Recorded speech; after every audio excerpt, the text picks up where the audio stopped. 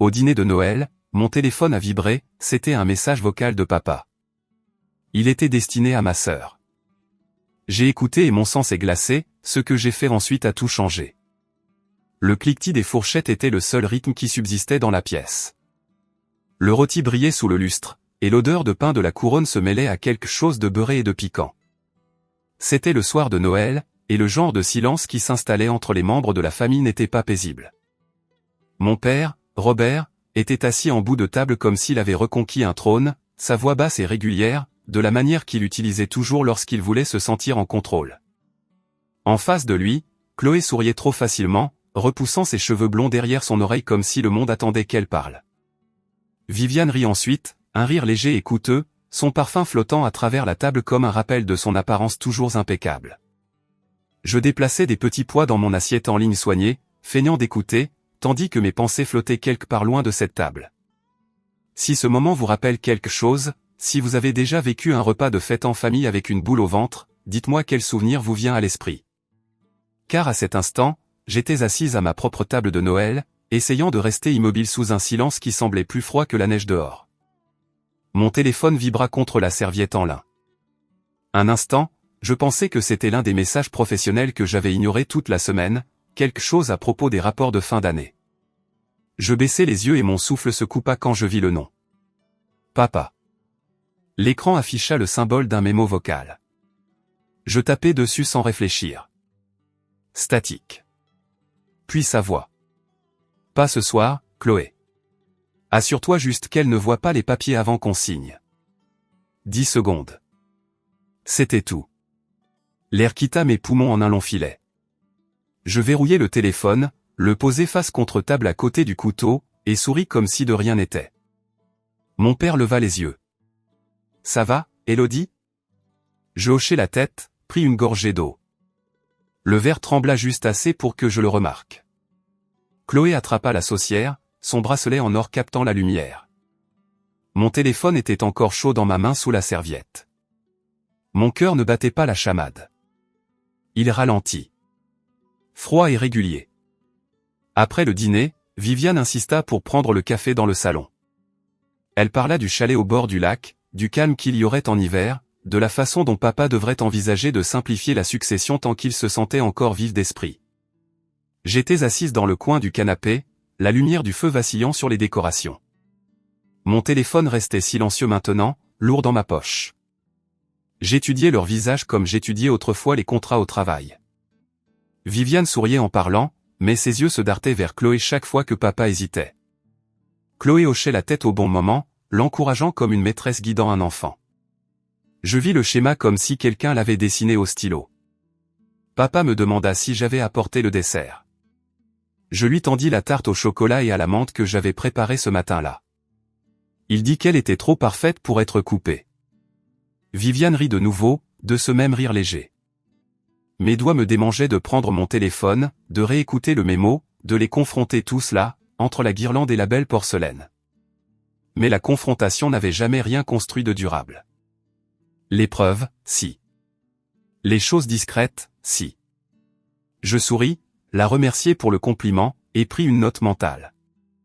25 décembre, 20h16. Plus tard, en enfilant mon manteau, Chloé me serra plus fort que d'habitude. Il faut que tu te détendes, dit-elle près de mon oreille. C'est Noël. Son parfum était piquant, agrume et quelque chose de synthétique. Je tins doucement ses épaules et dis, tu as raison. Elle sourit comme si elle avait déjà gagné quelque chose.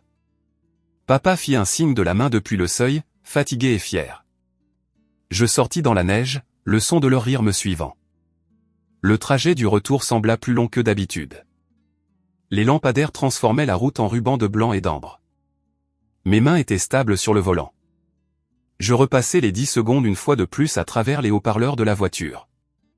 Assure-toi juste qu'elle ne voit pas les papiers avant qu'on signe. Les mots frappaient différemment dans le noir. Je sauvegardai le mémo 2 fois, le téléchargeai sur un cloud privé, et désactivai les notifications. Au feu rouge suivant, j'écrivis une seule ligne dans mon application de notes. Papa mémo vocal nom de fichier 2512 dîner. Puis j'ajoutai une deuxième ligne. Pas de confrontation. Documentation uniquement. Quand j'arrivais à mon appartement, je laissais mes bottes près de la porte et m'assis à la table de la cuisine. Le bourdonnement du réfrigérateur remplissait le silence.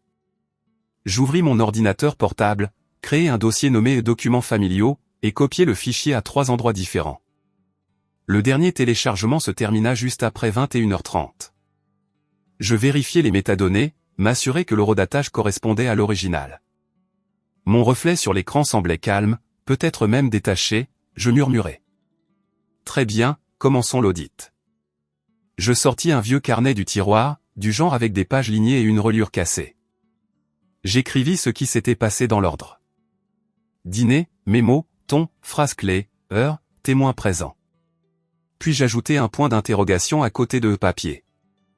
Mon esprit commença à s'organiser sans émotion. Le schéma de Chloé avait toujours été la vitesse.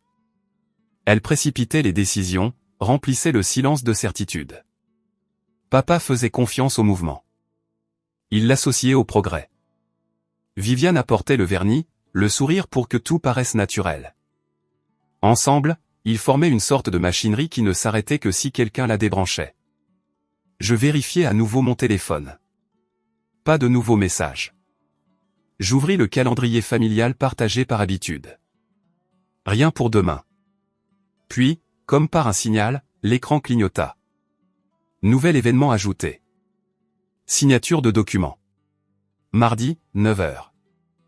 Mon estomac se serra. L'événement avait été créé par Chloé. Je posai le téléphone et me massai les tempes. L'ancienne Élodie aurait appelé immédiatement, exigé une explication, pleuré ou crié. Mais pas cette fois.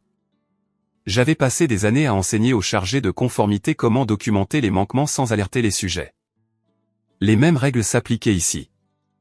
Tenir des registres. Maintenir la neutralité.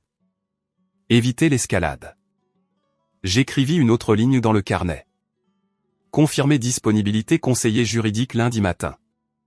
La neige dehors s'épaississait, tapotant doucement contre la fenêtre. Je pensais à papa en bout de table, découpant le rôti avec le couteau qu'il avait acheté après le décès de maman. Il paraissait plus petit maintenant, entouré de gens qui parlaient pour lui. Je me souvins de la façon dont il gérait les décisions à l'époque, lent et méthodique, lisant chaque mot avant de signer. Peut-être que l'âge lui avait volé sa patience. Ou peut-être que la solitude l'avait fait. La bouilloire siffla. Je me versai une tasse de camomille, ajoutai du miel, et laissai la chaleur s'installer dans ma poitrine. Un instant, la tristesse s'insinua, discrète mais persistante. Pas de la colère, juste la douleur de réaliser comment les familles se déforment lorsque la confiance devient une monnaie d'échange. Je regardais mon petit appartement, la pile de rapports de conformité sur le comptoir, la photo délavée de moi et papa pêchant au lac des deux frères, tous deux souriant au soleil. Je murmurai à la pièce vide, je te protégerai, même d'eux. L'heure suivante se brouilla en petits gestes, scannant de vieux courriels de succession, cherchant dans ma boîte de réception tout ce qui portait l'étiquette bénéficiaire, vérifiant les transcriptions de messagerie vocale. Rien d'alarmant pour l'instant, mais ce mémo avait ouvert une brèche. Et maintenant, l'air semblait chargé de secrets. J'ouvris une nouvelle note intitulée l'étape 1, établir la piste. En dessous, je listais, sauvegarder mémo, enregistrer date, consigner participant, vérifier type de document, identifier mobile. Mon écriture restait précise, délibérée. Vers minuit, l'appartement s'assombrit, à l'exception de la lumière bleue de mon écran. Je relus mes notes une fois de plus, puis sauvegardai tout sur un disque dur externe. Je pensais à la façon dont Chloé décrirait cela si elle le savait. Elle appellerait ça de la paranoïa, mais la paranoïa n'était que de la vigilance mal nommée par ceux qui avaient quelque chose à cacher. Avant de me coucher, je fis défiler de vieilles photos de famille sur mon téléphone. Le Noël dernier, papa nous avait offert à toutes les deux des bracelets identiques. Celui de Chloé était gravé « La famille d'abord ». Le mien disait « Fais-toi confiance ». Je n'y avais pas beaucoup pensé à l'époque, mais maintenant, cela ressemblait à un message que j'avais manqué jusqu'à ce qu'il soit trop tard. Je posai le téléphone face contre table sur la table de nuit et éteignis la lampe. La ville dehors était silencieuse, recouverte de neige, les lampadaires brillant comme des yeux vigilants. Quelque part entre l'épuisement et la résolution, je me promis qu'à partir de maintenant, chaque mot, chaque appel, chaque papier serait enregistré et sécurisé. Pas de confrontation, pas d'avertissement, juste des preuves collectées à un moment prudent à la fois. La dernière chose dont je me souviens avant de m'endormir fut la faible vibration d'une autre notification de calendrier. Je ne la vérifiais pas. Je savais déjà ce que c'était. Un autre plan en mouvement, que j'apprendrais bientôt à réécrire selon mes propres termes. La lumière du matin entra, froide et bleue, à travers les stores. C'était le premier lundi après Noël. La ville était encore à moitié endormie sous la neige, et j'avais déjà fait du café avant que l'horloge n'indique 7 heures. Ma table de cuisine ressemblait à une salle de guerre. Ordinateur portable ouvert, carnet prêt, chargeur branché, téléphone face visible à côté. J'avais dormi peut-être 4 heures. Mon esprit rejoint ce mémo vocal encore et encore jusqu'à ce qu'il devienne un bruit de fond. Plus un choc, juste une information. La vapeur de la tasse s'enroula contre mon visage, et je dis à voix haute, étape 1, tout enregistré. Ma propre voix sonnait différemment dans le calme. À 7h30, j'avais copié le fichier sur un deuxième disque dur. À 8h, je le renommais avec l'horodatage et le sauvegardais dans un dossier caché à l'intérieur de mes documents fiscaux. Puis j'écrivis dans mon carnet, sauvegarde 1, disque externe, sauvegarde 2, dossier crypté, sauvegarde 3, archive cloud. Je vérifiais chacun d'eux jusqu'à ce que je voie les coches vertes. Chaque son dans l'appartement semblait amplifié, le bourdonnement du réfrigérateur, le faible cliquetis du radiateur. Le monde était encore lent, mais mon esprit ne l'était pas. À 8h15, j'ouvris un nouvel email à l'attention de l'avocat de mon père, Alain Moreau. Il s'occupait de la planification successorale de notre famille depuis avant le décès de maman. Je tapais lentement, en gardant mon langage neutre. J'espère que vous allez bien et que vous avez passé de bonnes fêtes. J'aimerais revoir la version la plus récente des documents de papa cette semaine, pour m'assurer que tout est à jour. Aucune urgence, juste une conformité de routine. Cordialement, Élodie. Je le relus 2 fois pour m'assurer qu'il n'y avait aucune trace d'émotion. Aucun signe que je savais quoi que ce soit. Puis je l'envoyai. Ensuite, j'ouvris la liste de contacts de ma banque. Jeanne Perrin, directrice d'agence, fiable, prudente, le genre de femme qui avait passé 30 ans à regarder les gens essayer de se faufiler à travers les failles. Je composai un autre message. Bonjour. Pourriez-vous confirmer si des changements ont été initiés récemment sur les comptes de la famille? Je formulais cela comme une vérification de sécurité. Rien de plus. Envoyé à 8h43. Mon téléphone vibra une fois. Chloé. Le SMS essayait de déchiffrer si c'était une offre de paix ou une distraction. Mes doigts hésitèrent. Puis je répondis. Matinée chargée. Peut-être plus tard dans la semaine. Un instant passa avant qu'elle n'envoie un emoji cœur. Je ne répondis pas. La ville dehors se réveillait. Des voitures grattant la glace des pare-brises. Des chiens aboyant dans la ruelle. Je mis un pull, attachai mes cheveux, et commençai une nouvelle page dans le carnet. Titre, chronologie. Je listais chaque événement depuis le dîner. 25 décembre, 18h16. Dîner. Mémo vocal de papa. Durée 10 secondes. La phrase inclut le papier et Chloé. 26 décembre. Sauvegarder et vérifier. Chaque entrée recevait une petite coche une fois vérifiée. C'était mécanique, réconfortant. À 9h15, Alain répondit « Bonjour, Élodie. Ravi que vous ayez pris contact.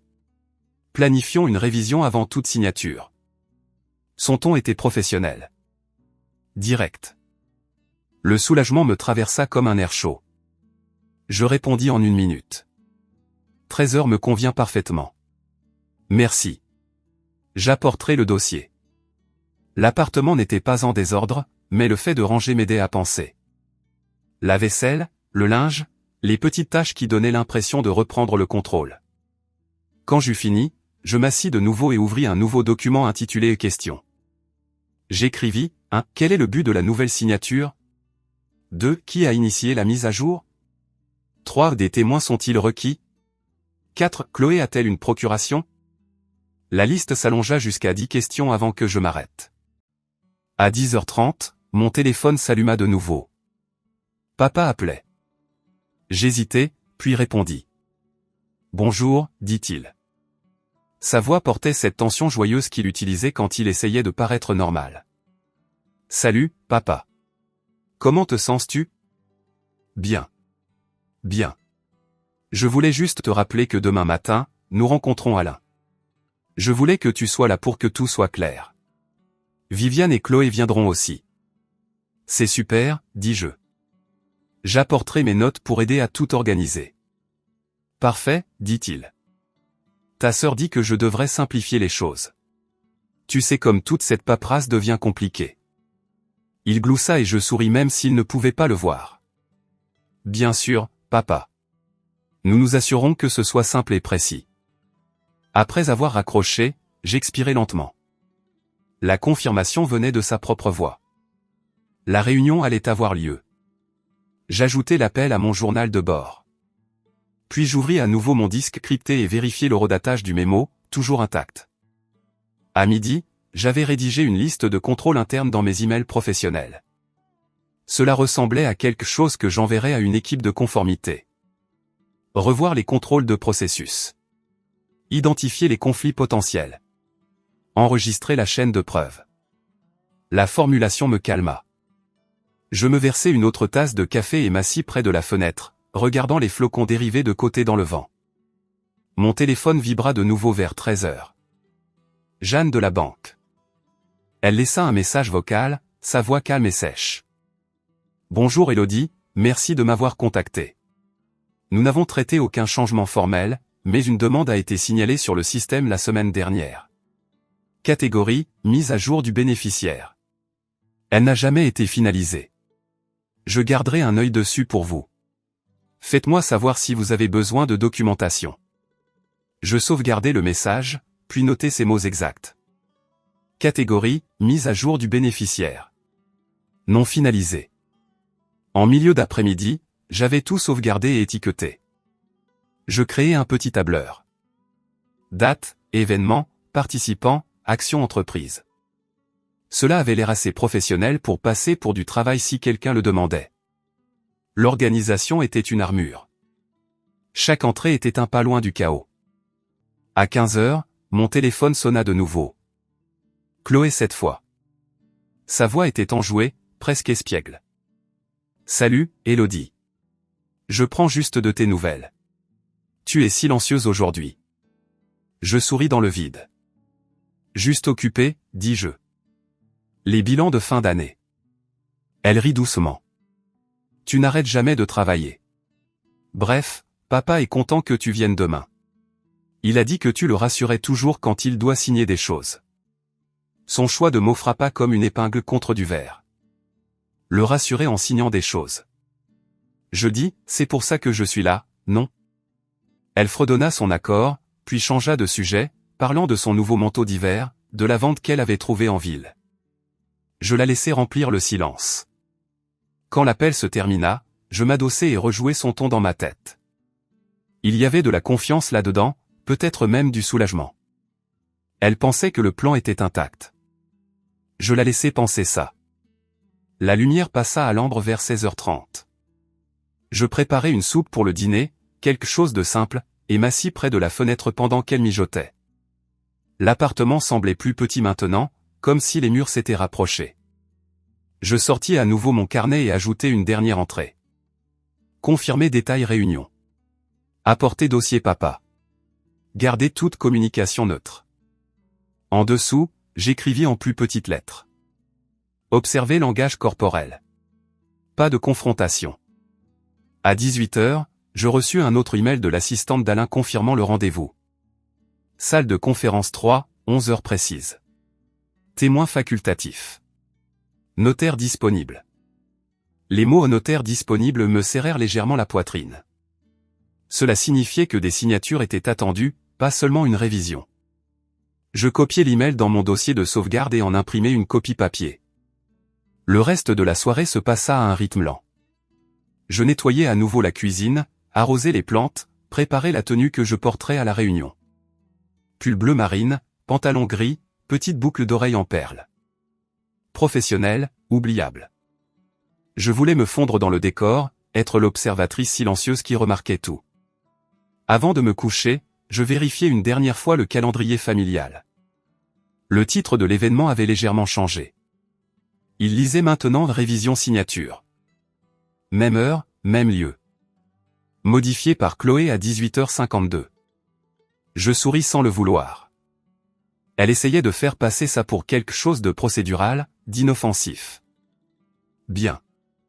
Laisse-la penser que c'était la routine. J'éteignis les lumières, mais le sommeil ne vint pas facilement. Le bourdonnement du radiateur devint une horloge dans mon esprit, marquant les minutes. Je pensais à la voix de papa au téléphone.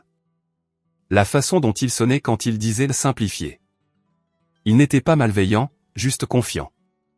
Cette confiance avait autrefois bâti notre famille, et maintenant elle était utilisée comme une arme contre lui. Cette pensée me faisait plus mal que la colère n'aurait jamais pu le faire. Quelque part entre minuit et l'aube, j'ouvris les yeux sur la faible lueur du lampadaire. La ville était de nouveau silencieuse, la neige chuchotant contre la vitre. Je murmurai dans le noir, demain, je jouerai le jeu. Je sourirai. Je hocherai la tête. Je prendrai des notes. Et quand ce sera fini, j'aurai des preuves pour chaque mot. L'horloge tic-taqua doucement en réponse. Je fermai les yeux, laissant le plan se mettre en place comme de la neige fraîchement tombée, intacte et silencieuse. Une odeur de cire au citron flottait dans l'air quand j'entrai dans le bureau d'Alain. La table s'étendait, longue et étroite, sous les néons, et une rangée soignée de stylos attendait à côté d'une pile de dossiers. La moquette étouffait chaque pas. Chloé était déjà assise, croisant les jambes et tapotant sur son téléphone, son expression lisse comme du verre. Viviane était assise à côté d'elle dans un manteau crème, ajustant son écharpe avec une grâce étudiée. Papa se tenait près de la fenêtre, plissant les yeux contre l'éblouissement de la lumière d'hiver. Une main dans sa poche. Quand il me vit, il sourit, fatigué mais fier. « Contente que tu sois là, Élodie, dit-il. »« Bien sûr, répondis-je, posant mon sac et gardant un ton léger. Je suis venu aider à m'assurer que tout est exact. » Alain entra un instant plus tard, ses lunettes scintillant. Il salua tout le monde chaleureusement, puis me regarda avec un petit signe de tête qui disait qu'il comprenait plus qu'il ne le laissait paraître. « Nous allons faire simple, dit-il, rapprochant un dossier. Robert, vous avez mentionné que vous aimeriez revoir certaines mises à jour avant de signer. » Viviane se pencha légèrement en avant. « Oui, nous voulons juste nous assurer que tout est en ordre avant la nouvelle année. » Chloé sourit, sa voix douce comme du miel. « Papa est submergé par la paperasse, alors nous avons pensé aider à organiser. » Je restai silencieuse, ouvrant mon carnet et décapuchonnant un stylo. Alain commença à lire le dossier, son ton neutre. « Ce sont les dispositions standards de la dernière révision, dit-il. » Il tourna une page, le papier chuchotant sous ses doigts. Je regardai la main de Viviane tressaillir vers son sac à main, d'où dépassait le bord d'un document plié. Chloé se pencha en arrière, jambes croisées, un pied se balançant légèrement. Le rythme de son mouvement correspondait au battement sourd de mon cœur. Quand Alain fit une pause pour expliquer une clause, je parlais prudemment. « Pouvons-nous confirmer que cette révision reste non contraignante jusqu'à ce que toutes les parties aient vérifié les termes ?» Alain hocha la tête. « C'est exact, Élodie. Rien ne sera exécuté aujourd'hui sans une reconnaissance complète et une notation des témoins. » Je souris. « Parfait. Je voulais juste de la clarté pour le procès-verbal. » Le regard de Viviane se posa sur moi. Poli mais froid. « Un procès-verbal, dit-elle doucement. Je ne savais pas que c'était formel. »« Ça aide à garder les choses claires, répondis-je. » Papa nous regarda l'une après l'autre, le front plissé. « Est-ce que ça va prendre longtemps ? Je ne veux pas signer ma vie 2 fois. » Chloé rit légèrement, lui touchant le bras. « Ce n'est rien de compliqué, papa. Juste des signatures là où il faut. » Alain ajusta à nouveau ses lunettes. « Ralentissons un peu. J'aimerais vérifier la capacité et la compréhension avant toute exécution. Procédure standard. » Je regardai Alain faire glisser un document vers l'avant. Une faible odeur d'encre s'éleva du papier. Il ne faisait pas partie de son dossier. L'en-tête semblait différent, plus gras. Mes yeux captèrent le titre avant que Viviane ne puisse le déplacer. Désignation de bénéficiaire en cas de décès. Je gardai une expression neutre. Alain le remarqua aussi, sa main s'immobilisant. Il me jeta un coup d'œil, puis au document. Ceci ne fait pas partie de notre dossier de révision, dit-il calmement. Viviane sourit, une touche de rose sur les joues. Oh, ça a dû se mélanger par erreur. Chloé se pencha en avant, rapide et confiante. C'est juste pour référence, Alain. Rien à signer aujourd'hui. Alain ne déplaça pas le papier. Il le tourna pour que l'entête lui fasse face, scanna les premières lignes, et le glissa sous son dossier. Nous aborderons cela plus tard, dit-il. Je sentis la posture de Viviane se raidir à côté de Chloé, une ondulation silencieuse d'irritation. Je pris une petite note dans mon carnet. Formulaire pré-rempli, témoin présent, consigné. Puis je levai les yeux vers papa et lui demandai comment il se sentait depuis les fêtes. Fatigué, dit-il, mais bien. Probablement trop de sucre. Tout le monde rit poliment, et la tension se brisa un instant. Alain reprit la révision, lisant à voix haute les clauses de distribution des biens, les procurations de santé et les allocations de fiducie. Son ton restait stable. Je pris des notes discrètes sur chaque question qu'il posait et chaque phrase que Chloé interrompait pour simplifier. Elle aimait toujours finir les phrases des autres. Je remarquai que papa hochait la tête, ne lisant plus vraiment les pages. Ses yeux étaient vitreux, comme il le devenait quand il essayait de se concentrer trop longtemps. Quand la révision fit une pause pour le café, je me tins près de la fenêtre avec Alain. La neige dehors tombait en lente spirale. La rue en bas était assourdie. Il garda la voix basse. Ce formulaire, dit-il, n'était pas dans nos originaux. Je hochai la tête. Je sais. Je l'ai vu quand Viviane a ouvert son sac. Il soupira doucement. Nous allons gérer ça dans les règles. Je le consignerai dans le dossier d'aujourd'hui. Aucune action entreprise. Je ferai photographier la partie visible par le témoin, horodatée, et scellée au dossier. Merci, dis-je. Il me lança un regard qui disait qu'il avait déjà vu des familles comme celle-ci. Chloé appela depuis la table. On est prêt quand vous voulez. Les tasses de café cliquetèrent tandis que Viviane remuait le sien avec trop de force. Nous retournâmes à nos places. Alain demanda à chaque personne de parapher la feuille de présence. Rien de contraignant, juste une reconnaissance de présence. Je signai soigneusement, puis passai le stylo à papa. Sa main tremblait légèrement en écrivant son nom. Viviane sourit, tendant la main pour stabiliser son poignet. Je regardais ses doigts appuyés trop longtemps, son pouce reposant près de son pouls. Alain rassembla les papiers, les empilant proprement. Pour la transparence, j'inclurai la feuille de présence et la référence aux documents visibles dans le résumé d'aujourd'hui, dit-il. Les yeux de Viviane se plissèrent une demi-seconde avant que son expression ne redevienne lisse. C'est bien, dit-elle.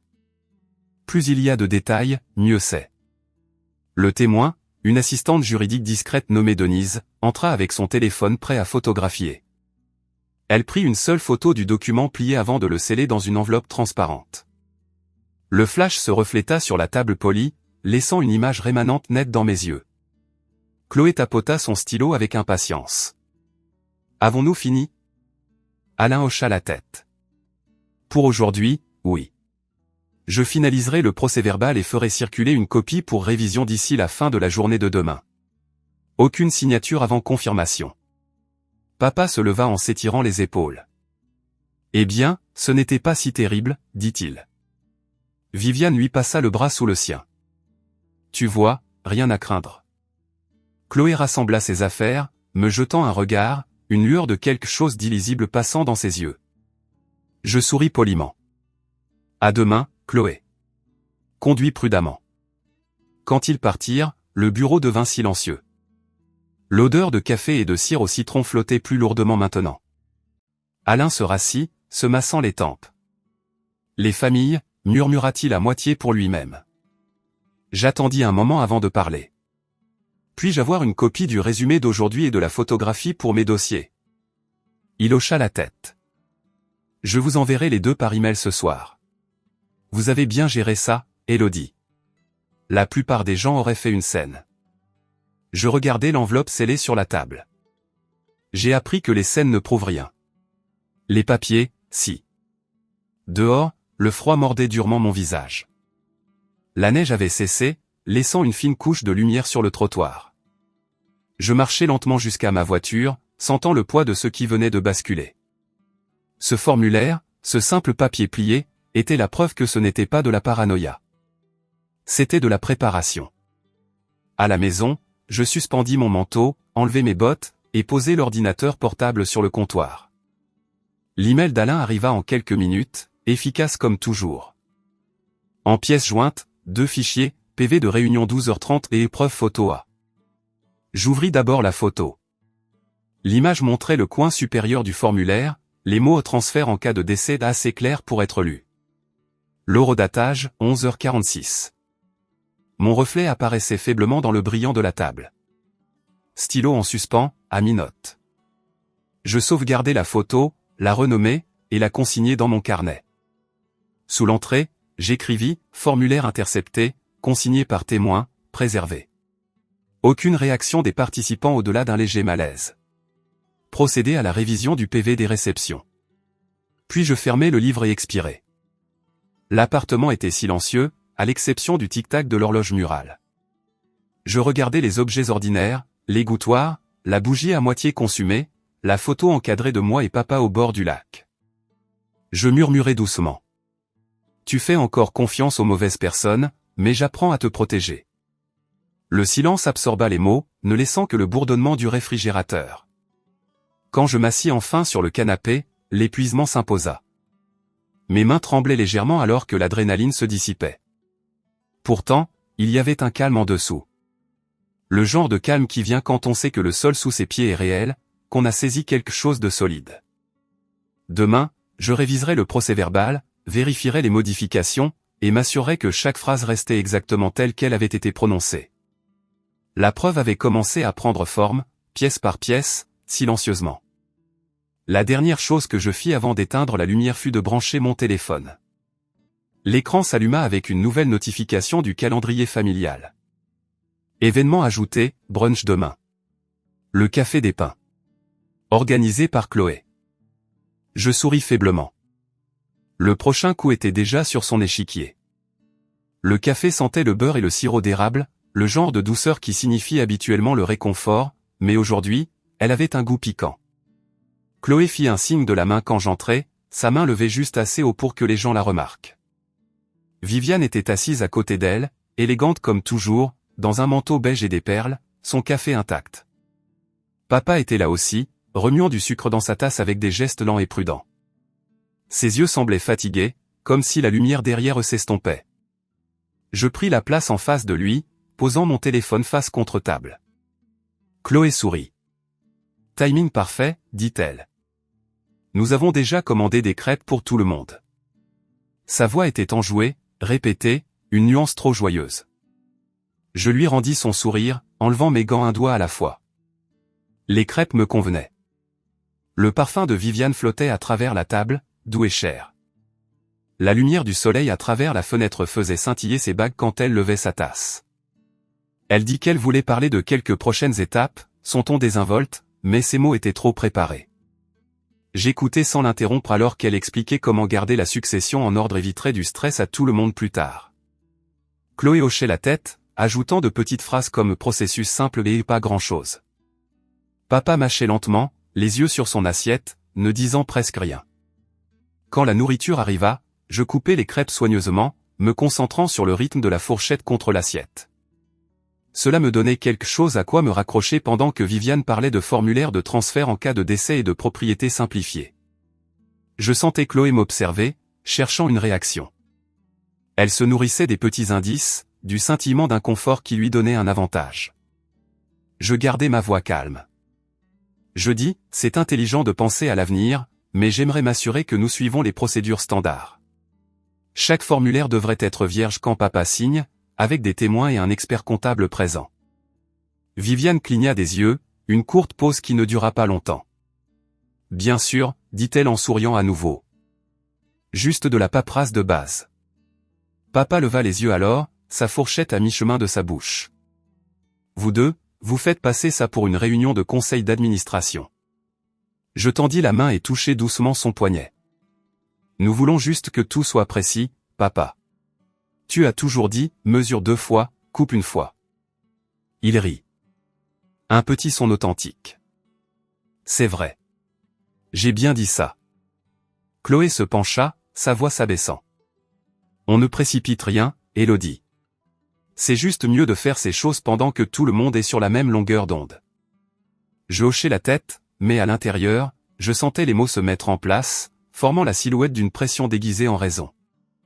Viviane ouvrit son sac à main, sortant sa tablette. Elle balaya l'écran et le tourna vers moi. Je vis une chaîne de mails ouverte, le sujet lisant un modèle mis à jour. Elle dit que la banque l'avait envoyé pour plus de commodité. Je regardai de plus près, notant l'adresse de l'expéditeur. Ce n'était pas l'agence principale. C'était un contact de service régional, un que je savais ne gérer que les brouillons préliminaires, jamais les documents vérifiés. Je souris poliment et dis, transférons-les à l'expert comptable pour révision avant de les utiliser. Le fisc a des exigences d'audit strictes pour les transferts d'actifs maintenant. Cela protégerait tout le monde. Viviane hésita. Le sourire de Chloé vacilla une demi-seconde. Puis Chloé dit, bien sûr, je peux les transférer. Ses doigts bougeaient vite sur son téléphone. Je pris une gorgée de mon café, prétendant ne pas regarder. La neige dehors s'était transformée en une pluie fine, glissant sur les fenêtres en ligne tordue. Le bourdonnement du café rendait tout plus doux que ça ne l'était. Papa parla du chalet au bord du lac, de la fuite du toit l'automne dernier, et de son désir de le réparer au printemps. Viviane dit que c'était peut-être le moment de le laisser partir. Chloé acquiesça trop rapidement. Je demandai si papa voulait le garder pour les visites d'été. Il semblait incertain. Peut-être, dit-il. Ça dépend de ce qui est le plus simple. Je souris, stable. Nous nous assurons que ce que tu décideras restera exactement ce que tu veux. Après le brunch, nous nous attardâmes près du comptoir, attendant l'addition. Chloé fit à nouveau défiler son téléphone. Elle rit une fois, court et silencieux, puis dit qu'elle devait passer à la banque plus tard dans la semaine. Viviane dit qu'elle pourrait se joindre à elle. Papa ne le remarqua pas, parlant déjà à la serveuse de la qualité du café. Je surpris le reflet de Chloé dans la porte vitrée alors qu'elle rangeait son téléphone. Elle avait l'air satisfaite. Je classai le détail silencieusement. Quand nous sortîmes, le vent coupait l'air, assez froid pour me faire pleurer les yeux. Chloé serra papa dans ses bras et dit qu'elle l'appellerait plus tard à propos du plan de vendredi. Viviane me sourit. Un sourire qui n'atteignit jamais ses yeux. On te tiendra au courant quand ce sera finalisé, dit-elle. Je hochai la tête, retournant le même sourire poli. Bien sûr. Je serai heureuse de revoir les détails une fois que vous les aurez. Le trajet du retour sembla silencieux, presque paisible en surface, mais en dessous, mes pensées se mirent en mouvement. À un feu rouge, j'ouvris mon application de notes et tapai « Réunion brunch », le café des pins. Formulaire de transfert en cas de décès mentionné, version préliminaire visible sur la tablette de Viviane, expéditeur non standard. Chloé confirme transfert. Papa non informé du calendrier. Je l'horodatai et ajoutai une petite coche. De retour à mon appartement, l'odeur de café persistait sur mon manteau. Je le suspendis près de la porte et m'assis à mon bureau, ouvrant mon ordinateur portable. Ma boîte de réception avait 2 nouveaux messages. Le premier était de l'experte comptable, Laure Grenier, confirmant la réception de ma demande antérieure. Le second était une alerte de calendrier automatisé. Rendez-vous bancaire ajouté vendredi 9h et 10h15. Calendrier familial partagé. Mon pouls se stabilisa, pas plus rapide, juste plus clair. Je cliquai pour ouvrir les détails. Les 2 rendez-vous étaient étiquetés au nom de Viviane, mais Chloé était celle listée comme créatrice. Je fixai l'écran un long moment avant d'ouvrir un nouveau brouillon à Laure. Bonjour, Laure. Je vous transfère ce qui suit pour vérification. Je joignis les emails transférés depuis la tablette de Viviane, ceux que Chloé avait envoyés après le brunch. En dessous, j'écrivis « Veuillez confirmer si ces modèles sont conformes aux normes de succession ou si une vérification supplémentaire par témoin est requise. » Envoyé à 15h22. Puis je repris mon carnet et écrivis « Étape 2, exposer le schéma de précipitation. » Observer modification calendrier, écart de temps entre événements, fréquence du langage de simplification. Je dessinai une petite flèche à côté de la ligne, un rappel pour connecter le mobile et la chronologie plus tard. Le reste de l'après-midi se brouilla en mouvements discrets. Je fis du thé, pliai du linge, et attendis. Vers 17 heures, Laure répondit. Son email était court et sec. Ces formulaires sont préliminaires. Ils ne devraient jamais être utilisés pour une signature sans témoin notarié. L'adresse d'envoi appartient à un service de brouillon uniquement. Je recommande de tout suspendre jusqu'à vérification. Je fixai l'écran, sentant quelque chose se calmer en moi. Une preuve. Je me transférai sa réponse, ajoutant les mots copie d'archives en haut. Puis je pris une photo de l'écran et imprimai une sauvegarde. Je la plaçai dans un nouveau dossier intitulé dossier brunch. Chaque son dans l'appartement semblait faire partie d'un nouveau rythme, chacun marquant un progrès. À 18h30, Chloé appela. Son ton était léger, juste pour m'assurer que tu es bien rentré. C'était sympa aujourd'hui, non? Je souris dans le silence. C'était productif. Elle rit doucement. Oh, allez. Ce n'était pas une réunion. On prenait juste des nouvelles. Je dis, bien sûr. Au fait, j'ai transféré ces formulaires à Laure. Elle s'assurera que tout est géré correctement. Il y eut une pause à l'autre bout. Puis elle dit, oh, d'accord. Je ne pensais pas que c'était nécessaire, mais si ça te rassure. Sa voix se tendit très légèrement. Je te rappelle plus tard, Élodie. Elle raccrocha avant que je puisse répondre. Je restai assise là un moment, fixant mon reflet dans la fenêtre sombre. Les lumières de la ville clignotaient au loin, douces et indifférentes. Le schéma se formait exactement comme je l'avais prévu, vitesse, charme, déviation. Chaque mouvement est présenté comme de l'efficacité, mais plus elle se déplaçait vite, plus la piste devenait claire. Avant de me coucher, j'ouvris une dernière fois le calendrier familial. Les rendez-vous étaient toujours là, intacts. Je fis défiler l'historique. Créé par Chloé, modifié par Viviane, vu par papa. Aucune entrée de ma part. Parfait. J'ajoutai la capture d'écran à mes archives et fermai l'ordinateur portable. J'éteignis les lumières et m'assis dans le noir un instant, laissant le calme s'installer. Quelque part entre le bourdonnement du chauffage et le faible bruit de la circulation au loin, je sentis quelque chose changer. La balance commençait à pencher, lentement, silencieusement, en ma faveur. La banque était plus calme que je ne l'attendais, le genre de tranquillité qui rendait chaque son délibéré. Les stylos sur des chaînes cliquetaient doucement contre le comptoir, et le sol poli reflétait la lumière fluorescente comme du verre. J'arrivais 5 minutes en avance, le manteau boutonné, un dossier sous le bras. Jeanne Perrin se tenait près de la porte de son bureau, un presse-papier à la main, souriant comme seul quelqu'un qui a tout vu peut sourire. « Élodie, pile à l'heure, dit-elle. » Je hochai la tête et la remerciai de m'avoir accordé du temps. Elle me conduisit à son bureau, le clic de ses talons réguliers et précis. À travers les parois vitrées, je pouvais voir Chloé assise avec un employé à un autre bureau. Viviane se tenait derrière elle, les bras croisés, l'expression patiente mais alerte. Elle ne m'avait pas encore vu. Le téléphone de Chloé était dans sa main. L'écran incliné juste assez pour que je puisse apercevoir le scintillement d'un document partagé. Je reconnus la couleur du dossier du brunch. Les lèvres de Viviane bougeaient comme si elle répétait quelque chose. Jeanne ferma la porte du bureau derrière nous. Son bureau était propre, à l'exception d'une pile de formulaires et d'un petit vase de fleurs fanées. Elle me fit signe de m'asseoir. « Alors, en quoi puis-je vous aider aujourd'hui » demanda-t-elle, la voix calme mais portant l'autorité tranquille de quelqu'un qui n'a pas besoin de faire ses preuves. Je gardai un ton léger. Je voulais juste vérifier quelques notes sur les comptes, m'assurer que rien d'inattendu ne bouge. Elle hocha la tête, tapant rapidement sur son clavier.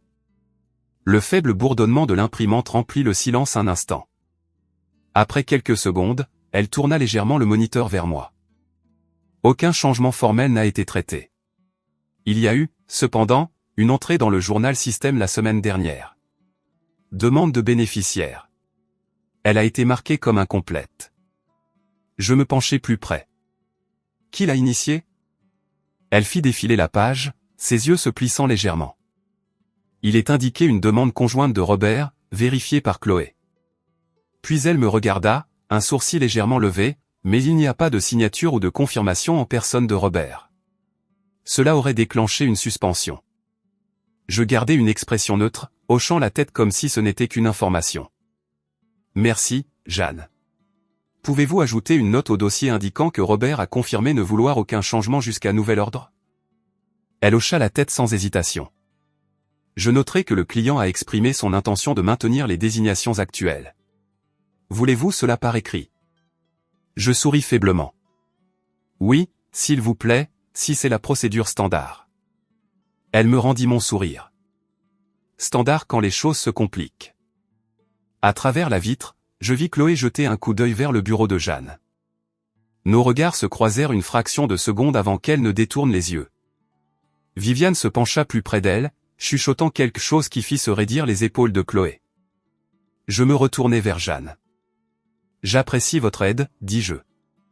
Elle prit un stylo et commença à écrire une courte note sur un papier à en-tête de la banque. Le papier craqua légèrement alors qu'elle appuyait avec une précision experte. La porte s'ouvrit avant qu'elle n'ait fini. Chloé entra, sa voix enjouée et familière. « Oh, te voilà. Je ne savais pas que tu étais là aussi. » Viviane la suivit, son sourire trop large. Nous finissions juste quelques petites choses avec le compte de papa. Jeanne nous regarda, son expression illisible. Elle ne se leva pas, ne ferma pas le dossier devant elle. Ce petit acte à lui seul semblait être un bouclier silencieux. Chloé parla de nouveau, son ton empreint d'un charme étudié. Nous voulions mettre à jour quelques détails, juste des choses mineures. Papa a dit que c'était d'accord. Jeanne croisa les mains, le stylo reposant entre ses doigts. Pour des changements de cette nature, j'aurais besoin que le titulaire du compte soit présent. Chloé cligna des yeux. Bien sûr, mais il se repose à la maison. Nous voulions juste préparer les formulaires, ajouta rapidement Viviane. Il nous fait confiance pour gérer la paperasse. Jeanne sourit poliment, mais ses mots étaient fermes. La politique de la banque exige une vérification directe du client, en particulier pour les mises à jour de bénéficiaires. Toute pression perçue déclenche un délai de réflexion de 72 heures. Elle souligna l'expression au délai de réflexion avec une emphase tranquille. Le sourire de Chloé vacilla. Oh, je ne savais pas que c'était si strict. Jeanne hocha la tête une fois. Cela protège toutes les personnes impliquées. Viviane changea de poids, son ton s'adoucissant. Il doit bien y avoir un moyen de préparer les choses à l'avance. Jeanne la regarda un long moment, puis tourna légèrement le moniteur pour qu'elle puisse toutes les deux voir. Il y a une note en attente sur ce compte. Elle stipule qu'aucun changement ne doit être effectué jusqu'à nouvel examen. Chloé me jeta un regard, le visage composé mais les yeux vifs. Je lui rendis un doux sourire. J'imagine que ça simplifie les choses, non? Viviane eut un petit rire. Le genre de rire que les gens ont quand ils savent qu'ils sont coincés mais ne l'admettront pas. Bien sûr, nous ne voudrions rien compliquer. Jeanne ferma proprement le dossier, le glissa dans le tiroir de son bureau et le verrouilla. Je m'assurerai que ce dossier est entièrement mis à jour, dit-elle. Merci, dis-je doucement. Chloé se tourna vers moi, son ton à la limite du mielleux. Tu n'avais pas à venir jusqu'ici. Je haussai les épaules, ajustant la sangle de mon sac à main. Juste de la routine. Tu me connais, toujours à tout vérifier. Elle sourit finement. C'est ça. La routine. Nous sortîmes ensemble, les talons de Viviane claquant sèchement sur le carrelage. L'air près de la sortie semblait plus froid. Chloé s'arrêta avant la porte, sa voix basse. Tu rends ça plus difficile que ça ne doit l'être, Élodie. Je la regardai dans les yeux. Plus difficile pour qui? Elle ne répondit pas. Viviane lui toucha légèrement le bras. Allons-y, ma chérie. Elles partirent sans se retourner. Je restai là un moment, regardant le reflet du parking dans la vitre. Puis je me retournai vers le bureau de Jeanne. Elle était toujours à son bureau, en train de taper une note. Quand elle me vit, elle sourit faiblement. J'ai ajouté votre demande au dossier, Élodie. Et j'ai noté que le client semblait subir la pression de tiers. Cette phrase va directement à l'examen de conformité. Je hochai la tête. C'est parfait. Elle se pencha légèrement en avant. J'ai déjà vu ce genre de situation. Les pistes papier disent la vérité mieux que les mots ne le feront jamais. Dehors, le vent s'était levé, emportant le son sec des branches contre le métal. Je montai dans ma voiture et restai assise un moment, laissant la chaleur du chauffage s'accumuler lentement. J'ouvris mon carnet et écrivis, vendredi 9h. Réunion banque. Pression de tiers notée. Politique de délai de réflexion activée. Tentative de modification d'acte et de transfert en cas de décès bloqué. Témoin Jeanne Perrin. Journal système en attente. Pendant que j'écrivais, mon téléphone vibra avec un nouveau message. Pas de nom, juste un numéro que je ne reconnaissais pas. Le texte disait « Vérifiez les registres du coffre-fort ». Puis il disparut, la conversation s'évanouissant comme si elle avait été supprimée par l'expéditeur. Mon souffle se coupa. Je regardai l'horodatage. 9h47. Je le copiai immédiatement dans mes notes. Pour le reste de la matinée, je ne pus me défaire de l'image de ce dossier scellé dans le tiroir de Jeanne. En sécurité pour l'instant, mais entouré de fils invisibles tirant de toutes les directions. À midi, je me rendis dans un café voisin, m'assis près de la fenêtre et me connectai au portail en ligne de la banque. C'était là, dans la section à accès restreint. Une mention concernant le coffre. 2 entrées de la semaine passée, toutes 2 non vérifiées. L'une étiquetée accès familial, l'autre vierge. Je fixai l'écran jusqu'à ce que les lettres se brouillent. Le bourdonnement silencieux de la machine à expresso remplissait l'air, régulier et rassurant. Je pris une lente gorgée de café, puis ouvris un nouveau document intitulé Enquête coffre-fort. En dessous, je tapais indice anonyme. Vérifier registre badge. Demander préservation légale. Vérifier accès non client. Au moment où je rentrais chez moi, la lumière d'hiver avait commencé à faiblir. Je suspendis mon manteau, allumai la petite lampe près de la fenêtre et ouvris à nouveau mon ordinateur portable. Je relus chaque entrée de mes notes, du dîner à maintenant. Les lignes commençaient à former un chemin clair, non seulement de ce qu'elles essayaient de prendre, mais comment. Vitesse, charme, supposition, pression. C'était un schéma familier, que j'avais vu dans les salles de conseil et les audits, et maintenant dans ma propre famille. Je fermai le carnet et regardai la neige tomber. Quelque part dans le silence entre les flocons, je fis une promesse silencieuse. La prochaine étape ne serait pas une réaction. Ce serait un endiguement. Si elle voulait le coffre, elle le trouverait déjà scellé derrière des règles qu'elle ne comprenait pas. La lumière s'estompa en un gris pâle, et je laissai le calme s'installer autour de moi. La journée m'avait donné plus que ce à quoi je m'attendais. Des preuves, une protection, et une nouvelle question qui attendait dans le noir. Qui avait envoyé ce message à propos du coffre? Et que savait-il d'autre? J'ai demandé une préservation, pas des secrets. C'était la phrase que je me répétais en entrant dans le bureau d'Alain. Le lendemain matin, l'air était vif d'hiver et portait la faible odeur de vieux livres. Il était déjà à son bureau, les manches retroussées, le café à moitié bu. Quand je lui parlais du SMS anonyme, son expression ne changea pas beaucoup, mais son regard s'aiguisa. Une activité de coffre-fort sans autorisation, dit-il doucement, est un signal d'alarme. Nous allons gérer cela de la bonne manière.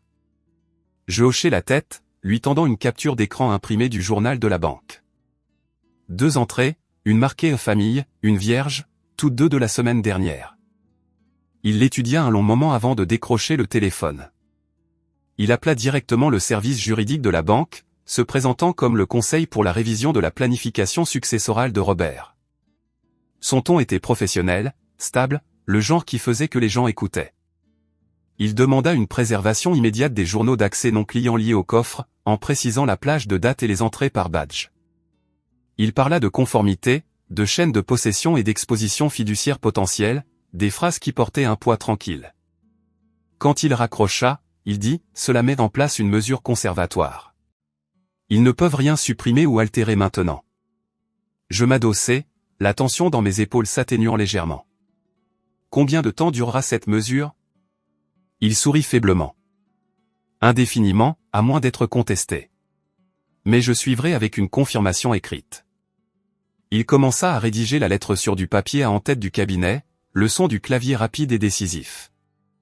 Je regardais la neige dériver à l'extérieur de la fenêtre, douce contre le ciel gris.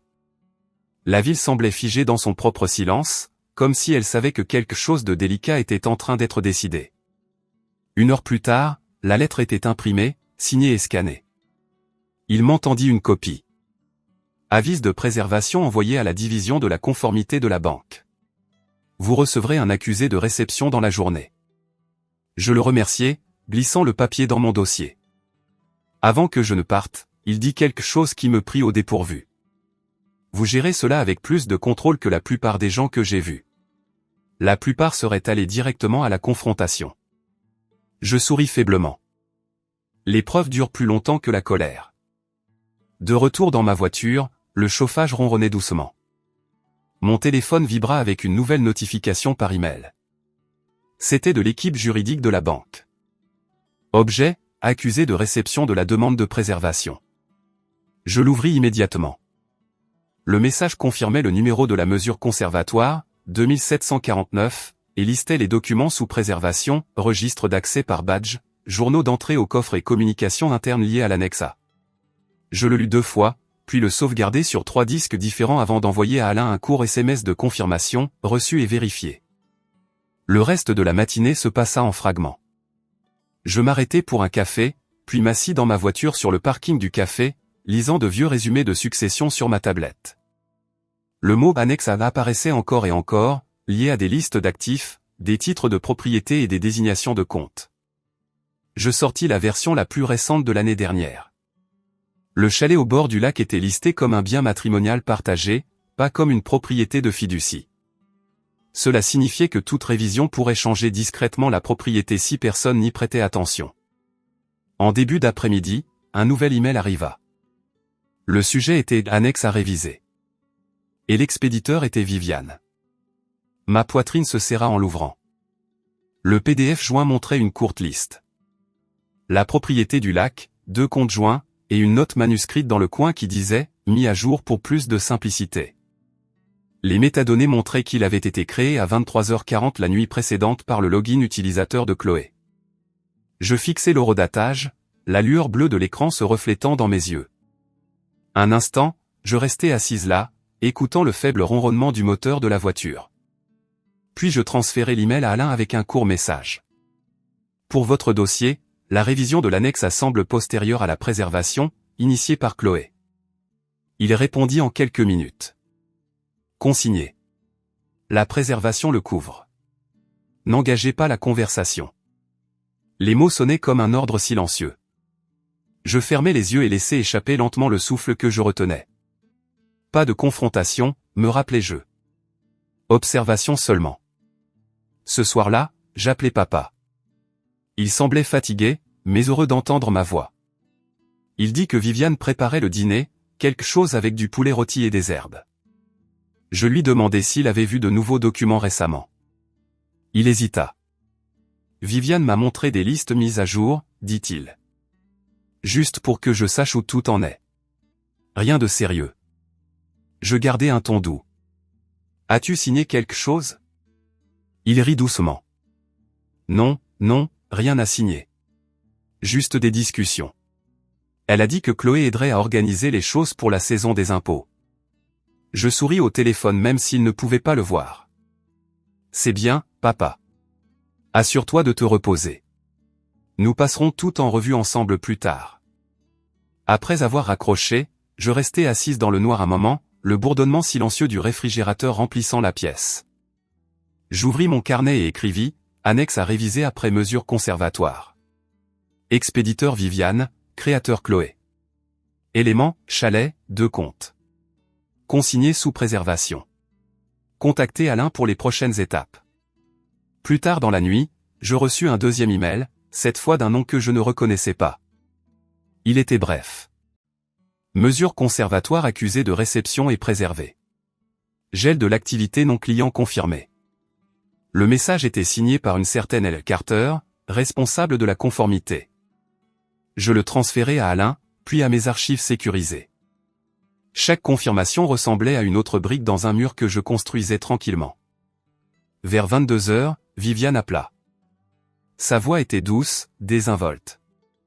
J'espère que tu ne te surmènes pas. J'ai entendu dire que tu avais été en contact avec Alain. Je dis, je faisais juste le suivi de la révision. Il est très minutieux. Elle rit doucement, Un son qui couvrait presque le tranchant en dessous. C'est bien. J'aime les gens qui gardent les choses en ordre. Ça facilite les transitions. Le mot transition résonna trop longtemps dans ma tête. Je dis, d'accord. Je suis contente que nous voulions tous que les choses soient claires.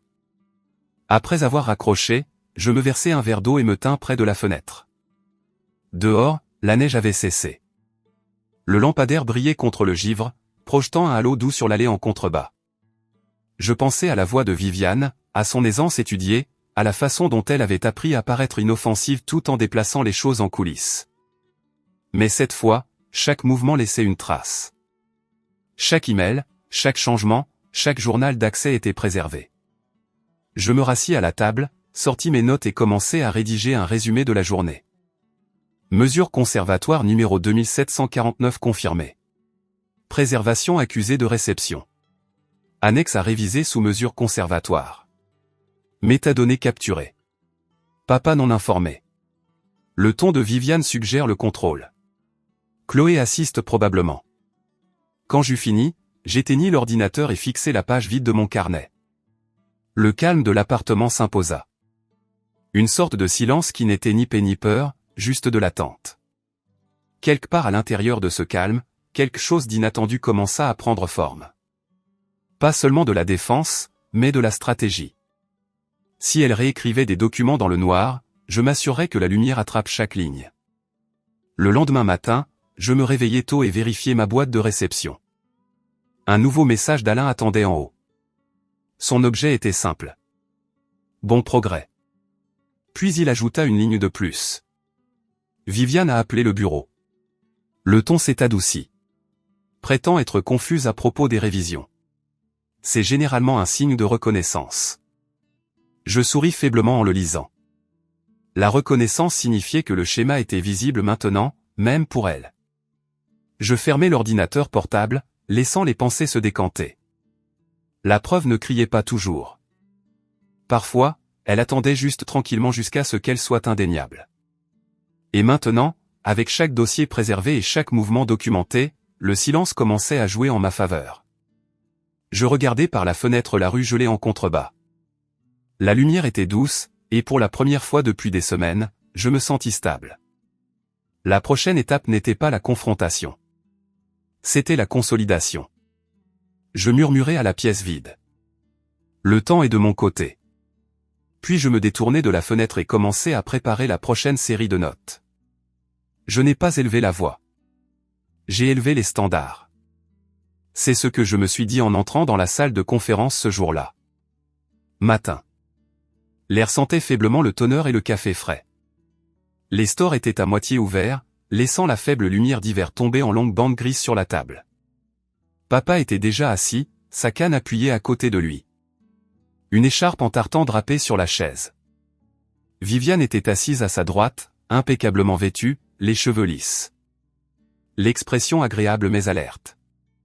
Chloé faisait défiler son téléphone, feignant d'être occupée. Alain se tenait en bout de table, sa présence calme ancrant l'espace. À côté de lui, Laure Grenier, l'experte comptable, empilait ses dossiers avec une efficacité silencieuse. Je pris la chaise en face de papa et ouvris mon carnet. Le titre en haut de la première page lisait « Révision familiale, règle à l'encre ». Mes mains étaient stables. Ma voix semblait calme. Alain commença la réunion avec un ton poli mais ferme. Le but d'aujourd'hui, dit-il, est de clarifier les attentes et de formaliser les contrôles de processus pour tout ajustement futur de la succession. Pas de décision, pas de signature, juste de la structure. Viviane hocha la tête, son sourire toujours chaleureux mais mesuré. Cela semble responsable, dit-elle. Chloé la regarda, ne sachant si elle devait sourire ou froncer les sourcils, puis opta pour une expression neutre. Laure distribua un court dossier intitulé « Le résumé de l'impact fiscal ». Elle parla doucement mais avec précision. Sur la base des récents brouillons, tout transfert d'actifs accéléré pourrait augmenter l'exposition. L'expression « augmenter l'exposition » attira immédiatement l'attention de Viviane. « De quelle exposition parlons-nous » demanda-t-elle. Laure ajusta ses lunettes. Difficile à dire sans le calendrier, mais certains transferts comme la propriété du lac ou les comptes d'investissement pourraient déclencher une réévaluation. Elle tapota doucement la page, et sans certification d'expert comptable, cela pourrait être signalé comme non conforme. Papa s'agita sur sa chaise, l'air confus. Non conforme, ça sonne mal, dit-il. Alain sourit d'un air rassurant. Cela signifie juste que nous prenons soin de faire les choses correctement, Robert. Le but est la clarté et la protection.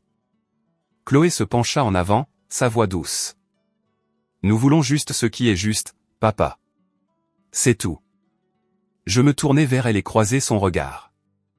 Juste et documenté, n'est-ce pas? Sa bouche tressaillit, le sourire s'estompant un battement de cœur avant de revenir. Bien sûr, dit-elle. Alain continua, les guidant à travers ce qu'il appelait les règles de changement. Chaque point était simple et direct. Aucune modification sans un procès-verbal de réunion complet. Tous les témoins doivent être des tiers désintéressés. Toutes les révisions nécessitent une reconnaissance écrite de chaque partie prenante. Aucune signature en dehors de la supervision d'un avocat. Viviane prenait des notes, mais son stylo touchait à peine le papier. Quand Alain fit une pause, je parlais pour la première fois. Je pense que nous devrions inclure une vérification de capacité comme étape de routine, juste pour s'assurer que papa se sent à l'aise et que personne ne conteste quoi que ce soit plus tard.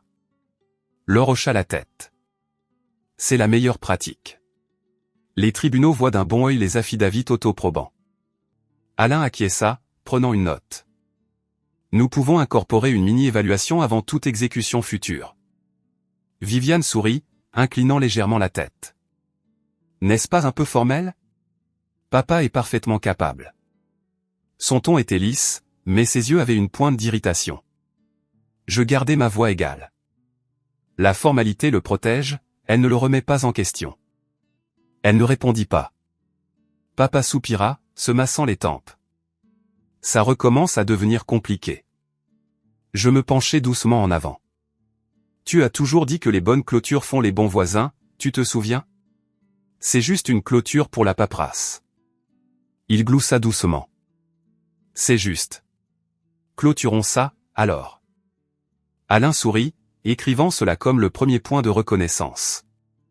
Laure continua en expliquant les scénarios fiscaux, les pourcentages et les délais. Elle utilisait des mots simples, jamais condescendants, juste prudents. Chloé jetait des regards à son téléphone sous la table et une fois, Viviane lui toucha légèrement le poignet, un signal pour qu'elle arrête. Quand Laure eut fini, Alain résuma tout à voix haute. Les règles de changement seront jointes au procès-verbal signé par tous les présents comme accusés de réception. Ce ne sont pas des directives contraignantes, mais elles établissent une procédure standard. Viviane hocha la tête lentement, les lèvres pressées. Bien, dit-elle. La structure aide. Chloé griffonna quelque chose dans son agenda. Probablement une note pour ajuster sa stratégie plus tard. Je l'ignorais. Alain me regarda. Quelque chose à ajouter, Élodie? Je secouai la tête. Je pense que ça couvre tout. Denise, l'assistante juridique, entra alors avec un sceau de notaire et la feuille de présence. Elle enregistra l'heure d'arrivée et de départ des participants et plaça les documents dans un dossier intitulé « Mémo de gouvernance familiale ». Chacun de nous signa la ligne d'accusé de réception. La signature de papa vacilla légèrement, mais était lisible. Celle de Viviane était nette, acérée. Chloé avait l'air pressée. Quand le stylo me parvint, je signai lentement, pressant chaque lettre clairement. Le son du stylo grattant contre le papier ressemblait à une conclusion. Après la signature, Laure passa en revue les journaux de conformité qu'elle avait obtenus de la banque. Elle parla prudemment, chaque mot mesuré. Il y a eu 2 visites récentes au coffre-fort enregistrées cette semaine, dit-elle. Une enregistrée au nom de Chloé, une autre sous un badge d'accès différent. Elle fit glisser un rapport imprimé sur la table. Le visage de Viviane resta neutre, mais je vis sa main se crisper sur le bord de sa chaise. Chloé cligna rapidement des yeux, feignant la confusion. Ça a dû être quand je suis allée avec papa, dit-elle. Laure secoua la tête. Les eurodatages montrent 2 entrées séparées, toutes 2 en l'espace de 2 jours, une tard le soir. Les yeux d'Alain croisèrent brièvement les miens. Il ne dit rien, mais le poids de l'information remplit la pièce. Viviane lissa le devant de son manteau. Je suis sûr qu'il y a une explication, dit-elle trop légèrement. Papa fronça les sourcils. Qu'est-ce que le coffre-fort a à voir avec tout ça? Le ton de Laure s'adoucit, juste pour s'assurer que rien n'a été déplacé prématurément. C'est standard lors de la révision des structures successorales. Alain ferma son dossier. Cela conclut l'ordre du jour d'aujourd'hui. Il se leva, signalant que la réunion était terminée. La formalité brisa la tension, mais pas la prise de conscience. Viviane se leva trop rapidement, sa chaise raclant légèrement le sol. Elle rassembla son sac, ses mouvements vifs. Chloé marmonna quelque chose à propos d'un rendez-vous et la suivit. Papa s'attarda, regardant la table. « Tu penses que je perds le contrôle de tout ça, n'est-ce pas ?» demanda-t-il doucement. Je pris sa main doucement. « Pas du tout, papa. Tu t'assures juste que les choses sont faites correctement. » Il hocha la tête lentement, les épaules affaissées. « Je n'ai jamais voulu que ce soit une bataille. » Je souris doucement. « Alors nous n'en ferons pas une. » Quand il partit avec Alain, je restai un moment, regardant la lumière s'estomper à travers les stores. L'odeur de café s'était refroidie, devenant légèrement amère. Je pris la feuille d'accusé de réception et regardai les 4 signatures alignées sur la page. Pour la première fois, tout était par écrit. Pas de suppositions, pas de modifications cachées, pas de pièges verbaux. De retour dans ma voiture, je m'assis en silence, laissant le chauffage dégeler le froid de mes mains. Mon téléphone vibra avec une nouvelle notification par email. Mise à jour du dossier de conformité. Visite au coffre-fort vérifié et sous enquête. 2 entrées confirmées. L'objet brillait dans la faible lumière du tableau de bord. Je le sauvegardai instantanément, le renommant dans mes archives dossier 7A. Dehors, la neige avait recommencé, fine et régulière. Je regardais les flocons se poser sur le pare-brise jusqu'à ce que la vitre se brouille. La réunion était terminée, mais le schéma continuait de se transformer. Des règles avaient été écrites, mais maintenant elles devaient être testées. Quelque part, sous le silence de tous ces échanges polis, quelque chose était sur le point de faire surface. Je fermai les yeux, laissant le calme s'installer. Demain, je découvrirai qui était le 2e visiteur. 2 visites. L'une était ma sœur.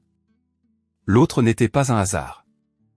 Cette pensée résonnait dans mon esprit alors que je conduisais à travers le brouillard matinal vers l'agence du centre-ville de la banque.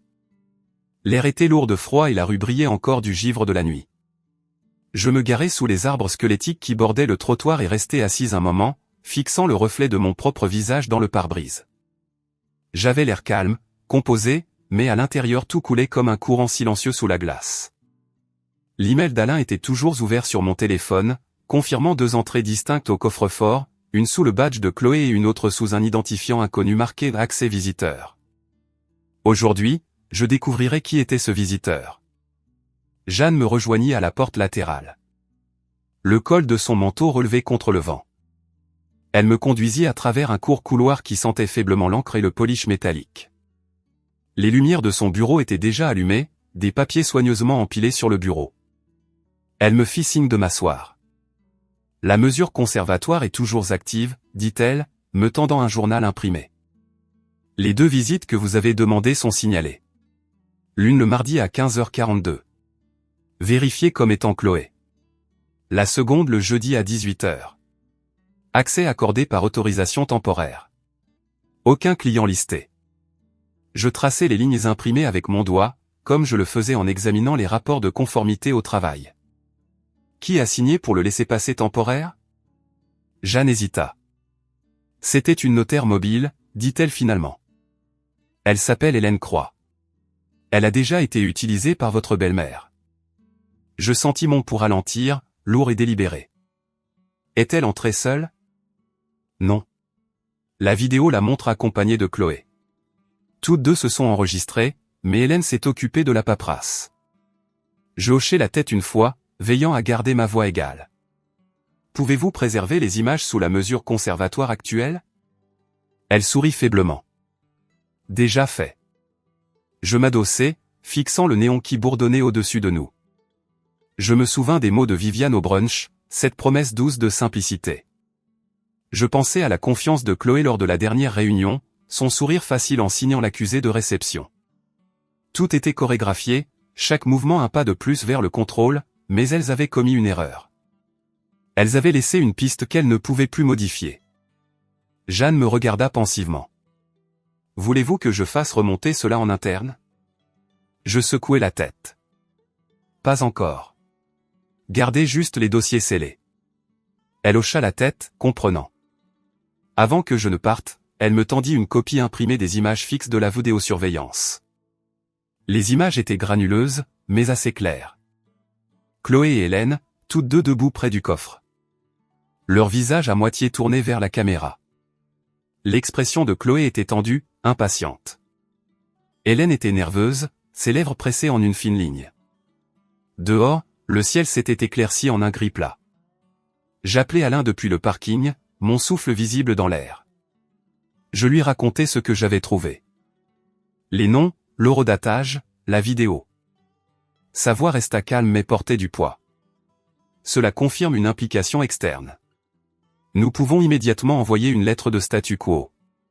Elle gèlera toute activité documentaire en cours liée à la succession. J'expirai lentement. Faites-le. À midi, la lettre était envoyée. Elle était courte, formelle et définitive. La première ligne disait « Cet avis confirme un statu quo procédural sur toutes les révisions de documents successoraux ou financiers en attente jusqu'à la vérification de la capacité et de l'autorisation. » Le langage était hermétique, ne laissant aucune place à l'interprétation. Alain me mit en copie, ainsi que le bureau de conformité de la banque. 1 heure plus tard, mon téléphone vibra. Un message de Viviane. « Je viens de voir la lettre. Est-ce vraiment nécessaire ?» Je ne répondis pas. Un autre message suivit. « Nous sommes tous du même côté ici. » Je ne répondis toujours pas. Le silence était une forme de pouvoir qu'elle ne comprenait pas. Ce soir-là, je rendis visite à papa. Le chalet au bord du lac était silencieux sous un fin voile de neige, la lumière du porche vacillant dans le vent. Il ouvrit la porte en pull, et sourit faiblement. « Je ne t'attendais pas ce soir. » Je tendis un sac en papier, j'ai apporté le dîner. Il me fit entrer, l'odeur de cèdre et d'air d'hiver remplissant le couloir. Viviane était à une réunion, avait-il dit. La maison semblait plus calme sans sa voix résonnant à travers elle. Nous nous assîmes près du feu après avoir mangé, la chaleur douce contre le silence. Je lui demandai comment il se sentait à propos de tous ces derniers temps. Il se frotta les mains, fixant les flammes. Parfois, j'ai l'impression que les gens prennent des décisions pour moi. Ils disent que c'est pour aider, mais je me perds dans les détails. Je hochai la tête, gardant un ton doux. « Veux-tu que je ralentisse les choses pour toi, papa ?» Ses yeux croisèrent les miens. Et un instant, il ressembla à l'homme dont je me souvenais. Fort, stable. « Oui, dit-il doucement. Ralentis les choses. » Avant que je ne parte, il me tendit une petite clé de sa poche. « Garde ça pour l'instant, dit-il. » Je demandai ce que c'était. Il sourit. La clé de rechange du coffre dans mon bureau. J'avais l'intention de le vider de toute façon. Le lendemain matin, je m'arrêtai de nouveau au bureau d'Alain. Il examinait l'accusé de réception de la lettre de statu quo de la banque. Il leva les yeux quand j'entrai. La lettre a fonctionné. Toute activité est en pause, dit-il. Chloé a appelé plus tôt pour connaître les prochaines étapes, mais je lui ai conseillé que rien ne bougerait tant que l'enquête ne serait pas close. Je m'assis, ressentant la satisfaction tranquille du progrès. Et Hélène croit. Il soupira.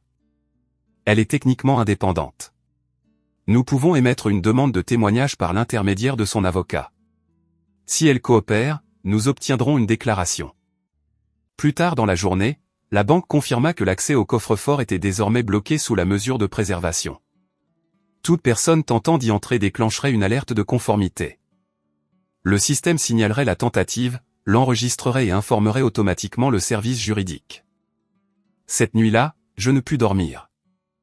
Je rejouais sans cesse l'image de Chloé et Hélène debout près de la porte du coffre, leur visage figé dans l'image fixe.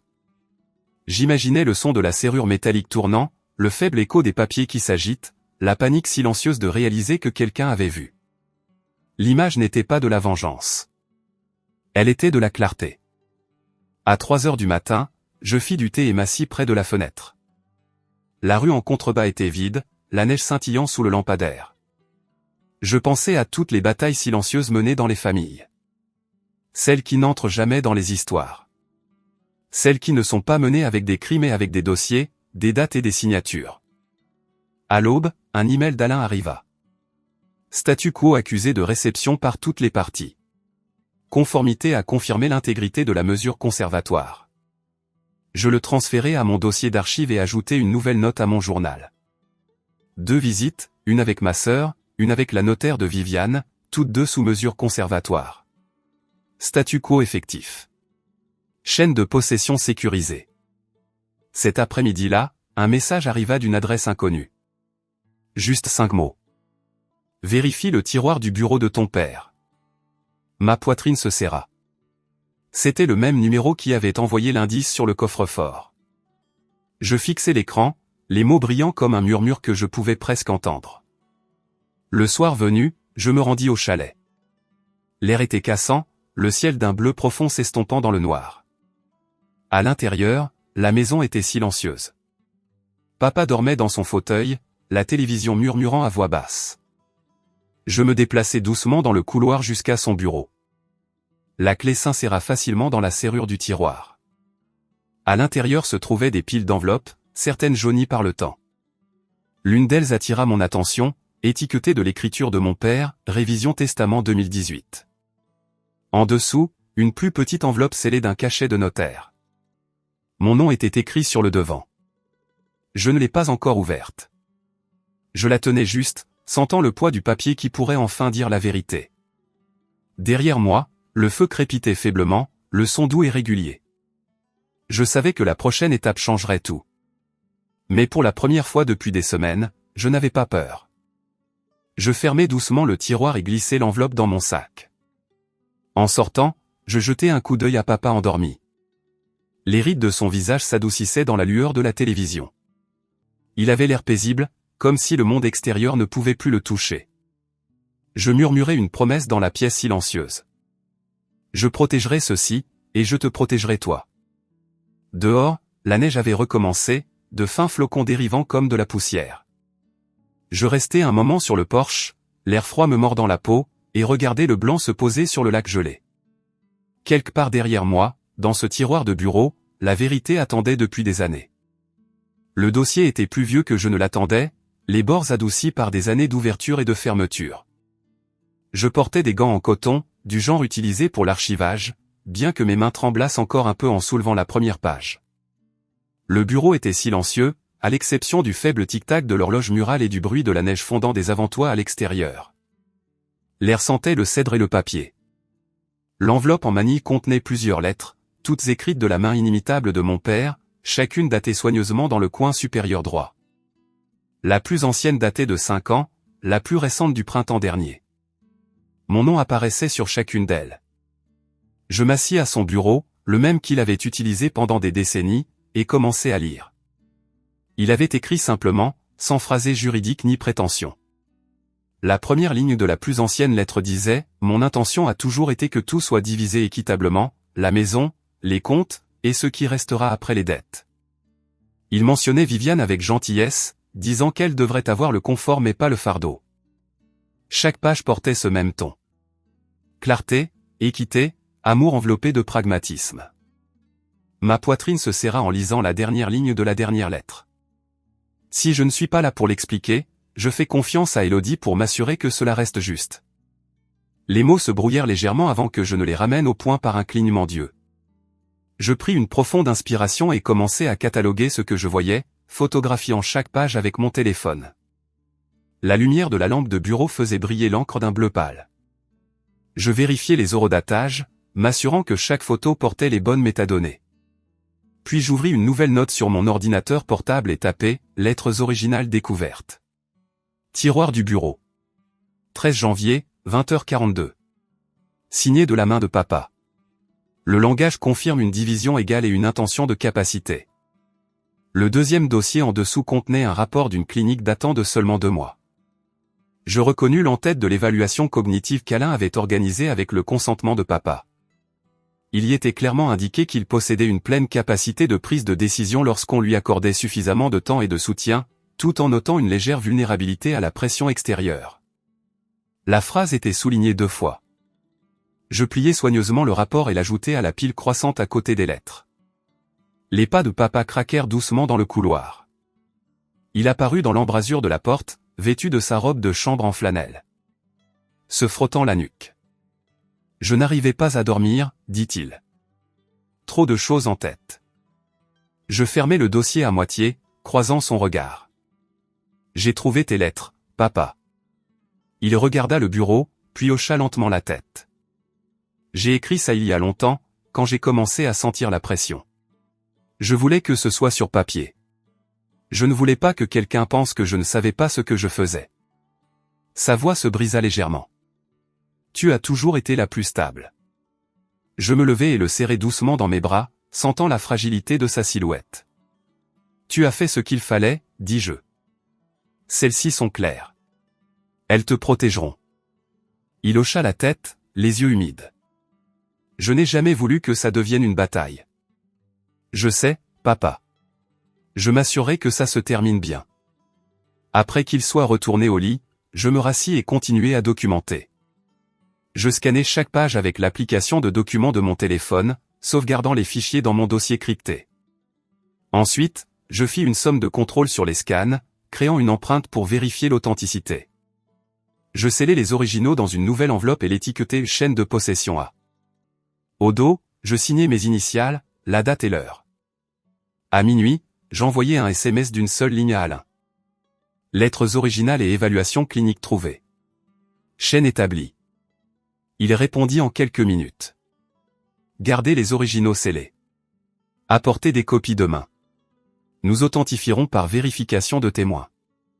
Le lendemain matin, le monde semblait lavé après la tempête. Je me rendis au bureau avec l'enveloppe dans mon sac, la chaleur de la voiture réchauffant lentement mes doigts. La radio jouait doucement, une vieille chanson sur le foyer et le pardon. Quand j'arrivai, Alain attendait déjà avec Laure et une assistante juridique comme témoin. La pièce sentait à nouveau faiblement le café et le papier. Comme tous les autres matins de cette étrange bataille. Je lui tendis l'enveloppe scellée. Il inspecta le sceau, nota l'horodatage et signa son nom sur le rabat. Puis il l'ouvrit soigneusement, sortant les lettres une par une. La pièce devint silencieuse pendant qu'il lisait. Quand il eut fini, il leva les yeux vers moi.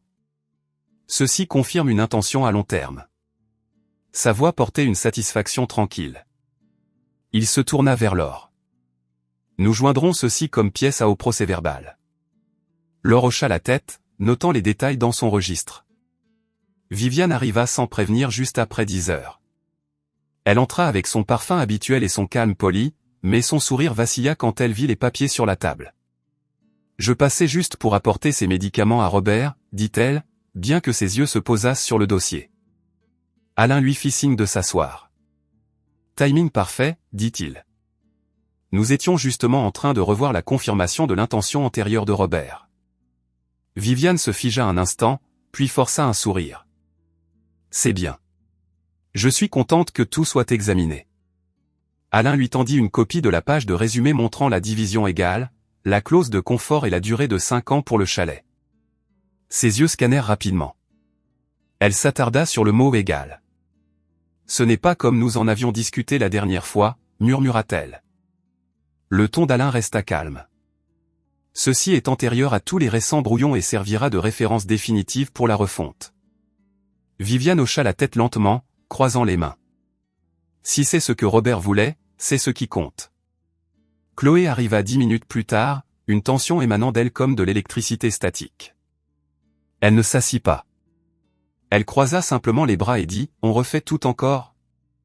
Alain sourit poliment. « Nous clarifions tout, Chloé. C'est comme ça que la loi fonctionne. » Elle souffla, ses yeux se dartant vers moi. « Tu ne peux tout simplement pas laisser tomber, n'est-ce pas ?» Je la regardai fixement.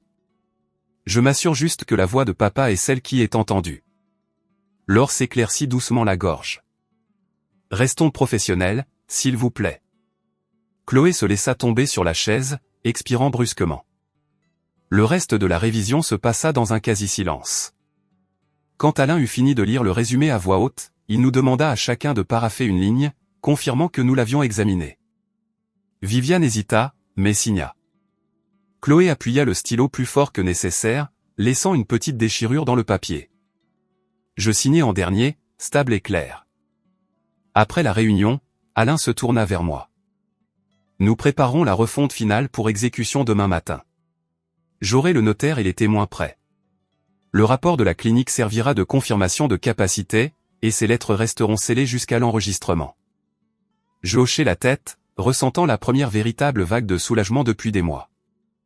Cet après-midi-là, je rendis de nouveau visite à papa. Le ciel était couvert, du genre qui donnait au lac l'aspect de l'acier.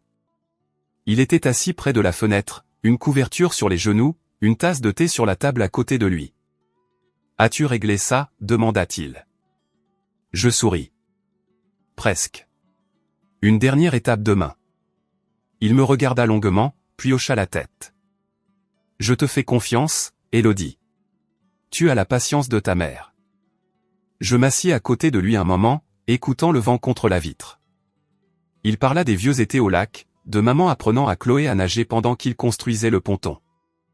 Il y avait une douceur dans sa voix que je n'avais pas entendue depuis des années. Quand il s'endormit enfin, je regardais la pièce, m'imprégnant des photos familières, du son de l'horloge, de la faible odeur des murs en cèdre. On se sentait de nouveau à la maison, pas sur un champ de bataille. Cette nuit-là, de retour dans mon appartement, j'ouvris mon ordinateur portable pour organiser les derniers fichiers, les scans, les photos, le rapport de la clinique, les procès-verbaux juridiques. Chaque pièce avait sa place. Alors que je fermais les dossiers, un aperçu d'un nouvel email clignota sur l'écran. Il provenait de l'adresse de Viviane. Horodatage, 2 minutes plus tôt. Le sujet était le brouillon bénéficiaire. Un instant, mon estomac se noua, mais quand je l'ouvris, le document se chargea en blanc, juste des champs vides sans aucune entrée. Les métadonnées montraient une tentative de révision, écrasée et sauvegardée à 0 kilooctets. Je fixai l'écran, un calme lent et régulier m'envahissant. Je fis une capture d'écran, l'horodater et la sauvegarder dans mon journal final. Puis, je m'adossai à ma chaise, le bourdonnement du chauffage remplissant le silence. Demain apporterait la signature propre, et pour la première fois, je crus que cela pourrait réellement tenir. Le stylo semblait plus lourd qu'il n'aurait dû, comme s'il portait le poids de chaque mot qui avait jamais été signé dans cette famille. La salle de conférence sentait faiblement le café et l'encre. L'air était immobile, avec ce genre de silence qui signifie que personne n'ose parler le premier. La notaire neutre était assise au bout de la table. Une femme d'une 60aine d'années aux cheveux gris doux et au regard qui voyait tout. 2 témoins désintéressés attendaient à côté d'elle, stylo en main, les yeux patients. Les documents reposaient au centre, parfaitement alignés. Chaque page était vierge, fraîchement sortie de l'imprimante, prête à devenir ce que mon père avait voulu des années auparavant. Avant que le bruit ne commence. Je regardais de l'autre côté de la table Chloé, dont la confiance avait enfin commencé à s'estomper. Viviane était assise à côté d'elle, l'expression illisible, un très léger tremblement dans ses mains jointes. Papa était assis en bout de table, le visage pâle mais calme. Ses lunettes de lecture reposaient à mi-chemin sur son nez alors qu'il parcourait la première page. Alain se tenait à sa droite, expliquant chaque paragraphe lentement, prudemment, sa voix stable. Chaque mot portait le poids des semaines passées à collecter, préserver, attendre. Laure, l'experte comptable, prenait des notes au coin de la table, levant occasionnellement les yeux pour confirmer les chiffres. Je pouvais entendre le faible bourdonnement du néon au-dessus et le tic-tac de l'horloge sur le mur. Chaque seconde sculptant sa place dans le temps. Alain lut le titre du document à voix haute. Refonte de la fiducie familiale Robert. Il fit une pause pour laisser les mots s'installer. Papa hocha la tête. Sa voix, bien que faible, portait de la clarté. Assurons-nous que celle-ci est la dernière. Le sourire de Viviane était petit mais cassant. Bien sûr, mon cher. Chloé ne dit rien, la mâchoire serrée, les yeux sur la table. La notaire s'éclaircit doucement la gorge. Monsieur Robert, je vais confirmer votre conscience avant de commencer. Comprenez-vous la nature et le but de ces documents? Papa hocha de nouveau la tête. Oui, ils reflètent ce que je veux, pas ce que quelqu'un d'autre veut. Je sentis un frisson silencieux de fierté à cela. Alain tourna les pages lentement, examinant chaque section. Le testament, la refonte de la fiducie, la lettre d'intention. Tout correspondait aux originaux trouvés dans l'écriture de papa. Chaque distribution, chaque clause reflétait l'équilibre qu'il avait toujours voulu. Viviane aurait le droit de vivre au chalet pendant 5 ans après son décès, avec les frais d'entretien couverts par la fiducie. Après cela, la propriété reviendrait en copropriété égale entre Chloé et moi. Les comptes étaient divisés équitablement. Pas de raccourci de compte joint ou de transfert en cas de décès, pas de clause cachée, pas de ruse. Quand papa signa, la notaire apposa son sceau avec une cérémonie silencieuse. Le son du tampon pressant contre le papier était net et final. Les témoins suivirent l'un après l'autre, leur nom s'enroulant proprement à l'encre bleue. Je signai en dernier, à côté de la ligne d'accusé de réception, ma main stable. À mi-parcours, Alain arrêta de lire. Ses sourcils se froncèrent alors qu'il sortait un dossier séparé de sa mallette. Ceci, dit-il, a été soumis la semaine dernière sous la signature de Viviane, mais sans autorisation. Il l'ouvrit, révélant un formulaire à moitié rempli, familier dans sa mise en page mais différent dans son ton, la même tentative de bénéficiaire pré-rempli qui avait été interceptée des semaines auparavant. La même écriture. Chloé inspira brusquement. Les yeux de Viviane se dardèrent vers elle. Alain le tendit à la notaire. Veuillez annexer ceci au procès-verbal d'aujourd'hui comme preuve d'ingérence antérieure. La notaire hocha la tête et le plaça dans une enveloppe transparente, la scellant avec du ruban adhésif. Papa parut confus un instant, puis las. C'était récent? Le ton d'Alain était prudent. Ça l'était, mais ça n'aura aucun effet maintenant. Tout ce qui est signé aujourd'hui remplace les brouillons antérieurs. Papa hocha la tête, s'adossant à sa chaise. Alors gardons sa propre cette fois. La voix de Viviane était douce quand elle parla.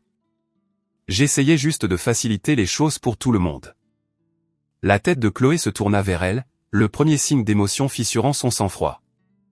Plus facile pour qui, maman? Les yeux de Viviane vacillèrent, ne sachant comment répondre. Pour nous tous, dit-elle finalement, bien que sa voix tremblât. Laure ferma son registre, son ton doux mais ferme. La transparence rend toujours les choses plus faciles. Viviane ne répondit pas. Chloé baissa les yeux sur ses mains, tournant la bague à son doigt jusqu'à ce qu'elle laisse une légère marque rouge. Quand ce fut fini, Alain rassembla les copies signées, les empila proprement, et tendit les originaux à la notaire pour vérification. Les documents seraient déposés le jour même, enregistrés auprès du tribunal et de l'administrateur de la fiducie. Chaque signature, chaque témoin, chaque horodatage serait préservé sous conservation des dossiers. Il n'y aurait pas de lacune, aucune chance de révision. Papa sourit faiblement, l'épuisement adoucissant ses traits. Je pense que je peux enfin dormir tranquille maintenant, dit-il. Tu le peux, lui dis-je. Sa main trouva la mienne sur la table, la même prise chaude et stable que je me souvenais de mon enfance. Il me regarda un long moment, puis hocha la tête comme si quelque chose de non dit avait été compris. Après la réunion, nous l'accompagnâmes à la voiture. Le vent s'était levé, portant une odeur de pluie. Viviane serra fermement son manteau, évitant mon regard. Chloé s'attarda près de la marche, fixant son téléphone comme si elle voulait y disparaître. Quand papa fut installé à l'intérieur, je me tournai vers Alain. Merci, dis-je doucement. Il sourit. Vous avez fait le plus dur. Vous avez gardé votre calme. Tout le monde ne peut pas faire ça quand les gens qu'ils aiment commencent à agir comme des clients. Je lui rendis un faible sourire. L'épreuve dure plus longtemps que la colère, n'est-ce pas? Il hocha la tête. À chaque fois. Ce soir-là, je m'assis dans mon appartement avec un verre de vin, les copies signées étalées sur la table sous la lumière de la lampe. L'encre scintillait légèrement à la lumière, encore fraîche. Je pris une photo de chaque page, les sauvegarder dans mon dossier crypté, et étiqueter l'archive signature propre 14 janvier. Puis je fermai le dossier et m'adossai à ma chaise, laissant le silence remplir la pièce. La neige dehors s'était transformée en pluie, tapotant doucement contre la fenêtre. Je pensais à tout ce qui avait mené à ce jour. Le dîner, le mémo, le coffre-fort, les chuchotements, les mensonges soigneusement pliés entre des sourires polis. C'était fini maintenant. Personne ne pourrait plus jamais tordre les intentions de papa. La preuve était scellée, attestée, déposée. La justice, silencieuse et complète, écrite à l'encre plutôt qu'avec de la rage. Plus tard, papa appela juste pour dire merci. Sa voix était fatiguée mais paisible. Je lui dis de se reposer, que tout était réglé. Quand nous raccrochâmes, je restais assise là un moment, fixant les lumières de la ville à travers la pluie. Je réalisais que je ne ressentais pas de triomphe. Ce que je ressentais, c'était de l'équilibre.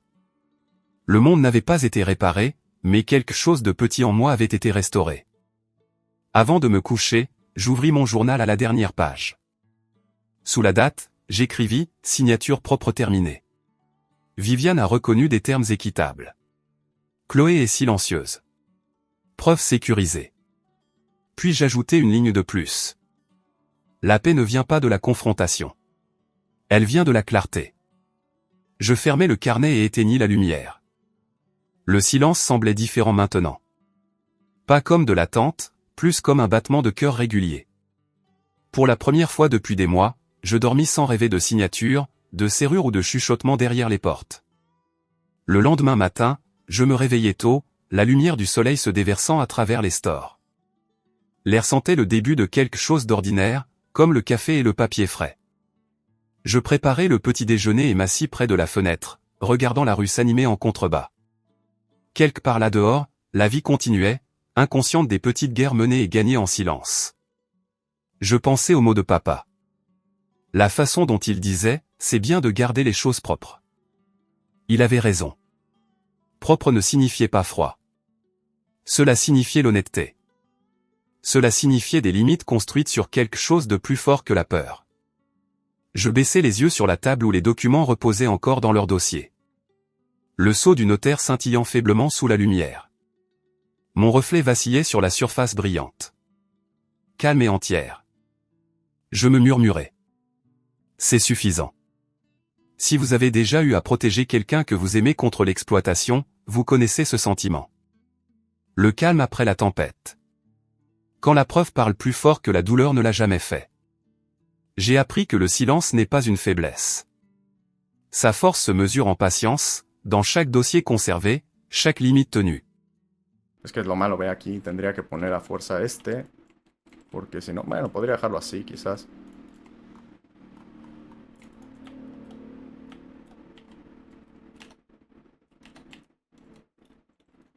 Y acá en lugar de usar un bloque completo podría poner de que una escalera, pero pues de nuevo no hay material, no hay escaleras de terracota, según yo. Te puedo ayudar si quieres, pero en realidad ya no me falta mucho. Prefiero ya acabarlo así tal cual como quede. Eh, espera, porque esto tendría que ir uno atrás para que vaya como con lo mismo.